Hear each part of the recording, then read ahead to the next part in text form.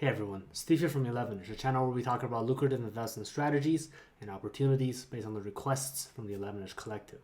Today we're going to go a little bit off script. In this year alone, I've made over $100,000 in realized and unrealized gains. You can't help but feel optimistic and FOMO about this really frothy market. Even though I talk about the 11ish approach in investing where you avoid hype and invest the right way, in my opinion, the rubber's about to meet the road. So in this video, we're going to talk about all the indicators to me that is telling me why I should start pulling out and for how long. If this is the type of content you've been looking for, please hit that like button and let's get started.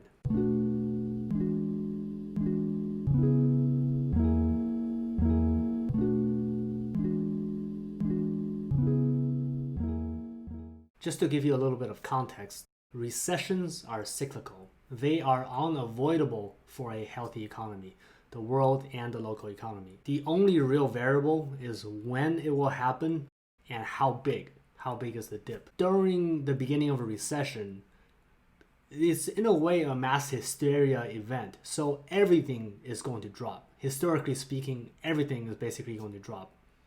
Ironically, if you invest in something like super high risk, like pharmaceuticals waiting for FDA approval, they're a lot less affected by recessions because they're already risky enough and institutional investors are not in those stocks, traditionally speaking. But anything that institutional investors are a part of, they have a very high likelihood of dropping. So even though I invest in a very, in my opinion, very sound approach that has worked for me for more than a decade, I'm still spotting these indications so that I don't end up holding the bag. Because that's a significant drop where I can buy from the low if I can, right? I can avoid that gap if I can. Now, prudent professionals, especially the ones that had their ass beat in the last few recessions, they've been warning about recessions for years. Because if you look at the cyclical chart, it's about time. And we also know that not just the US economy, but several countries have been infusing money and propping up their economy so that we can chug along. It just so happens that because of COVID, we have been infusing even more money and, in my opinion, delaying the recession even further. But eventually the rubber's about to meet the road because I think there are too many negative indicators that are coming up now. There are 4 major indicators that I want to mention to you so that you can take that into consideration. Keep in mind that this creates a probability, the likelihood of it happening, not necessarily the fact that it will happen, right?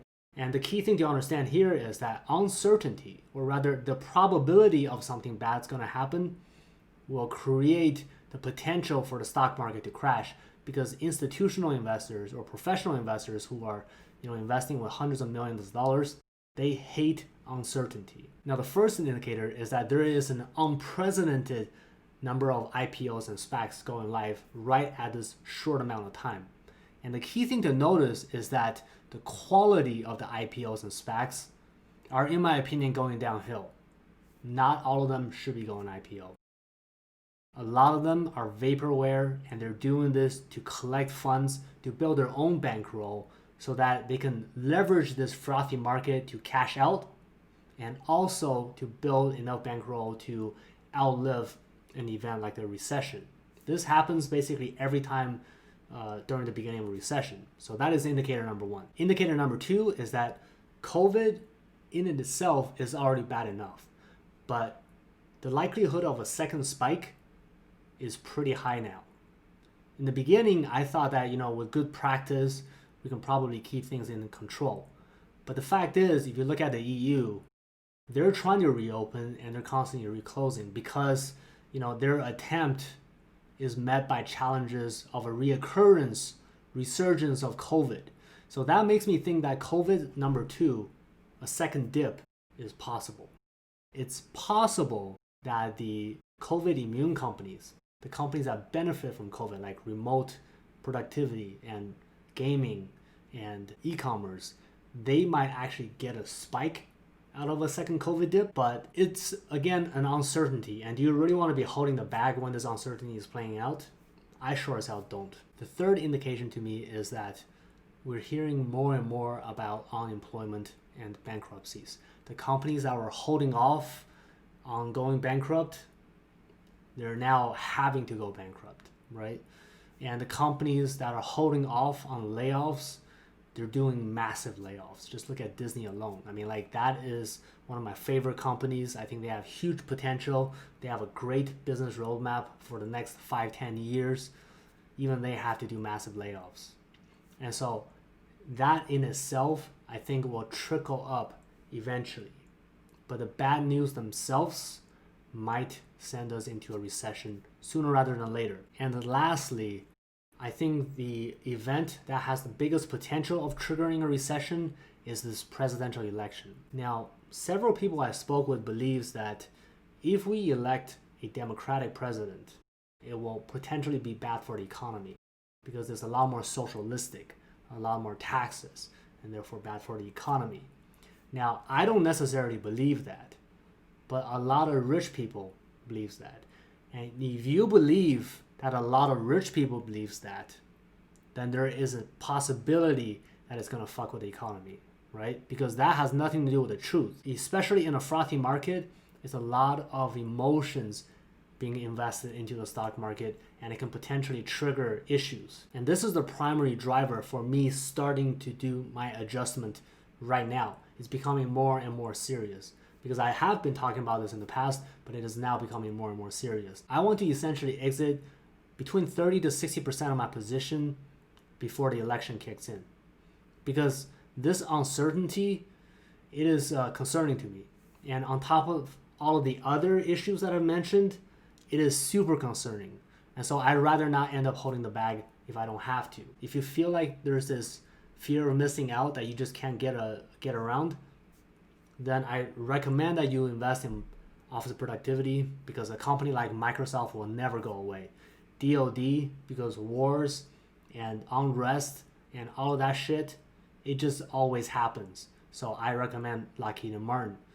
Inflation is inevitable, so I recommend investing in gold. To give you a perspective of things, I usually invest between $600,000 to $800,000 in total. I'm going to be trimming that down to probably between $200,000 to $400,000 these days, and probably about $100,000 of that will be in gold. And the rest of my bankroll, I'll probably swing trade in and out. Get that money, get out as quickly as possible. Make sure that nothing is funky. But all in all, I'm going to be waiting for the election to be over before I start actively trading again anyway. So for the next 2 to 3 months, I'll be sitting out by quite a bit. To make sure I drive the message home though, there will always be investment opportunities, whether you're in a recession or not. It's just a matter of how fast you can grow and how safe are your investments. The key thing is you don't want to be overly exposed for mass hysteria events. And so you want to probably be a little bit more agile, be a swing trader rather than a long-term holder. But if you're holding for 5 to 10 years for your retirement, for example, you might as well buy the S&P 500. You might as well, buy stocks of companies that have outlasted several recessions already, like Disney or Lockheed Martin, and just hold out. They're eventually going to come back. And the other 2 things I highly recommend is avoid frothy stocks. So the stocks that will be trading and holding, they will most likely be below 30 in PE ratio. Because ultimately, we all know we're playing with fire right now. It's just, I'm starting to smell smoke. And so I got to protect myself. And I hope that you guys protect yourself as well. And within this 2 months, there will be plenty of things to talk about as well, in terms of the stocks that you're interested in learning more about, the incoming IPOs perhaps.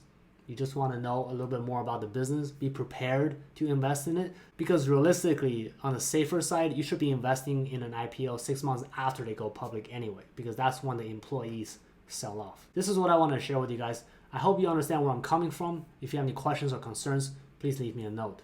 And if you have any suggestions, do me a favor, hit that subscribe button if you haven't already, and then leave me a comment as well. I'll be sure to hit you back. Thanks for watching, and I look forward to working with you next time.